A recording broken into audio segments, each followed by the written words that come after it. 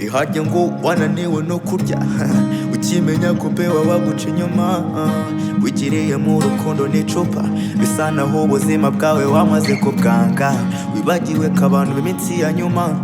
bazaba bikunda banakunda muna tugaho hanagura ayo marira kuko ubonurira twe tubifata nk'ububwa wasanga hari impamvu yatumye abikora dusutama akagukunda kuryarya niba nacyo wishinja aho ngaho ndi sawa so listen and so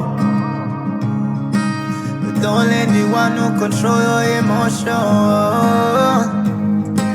umwana wundi nakagutera manipulation ni wowe ubwawe wo kwitera motivation you just need to go on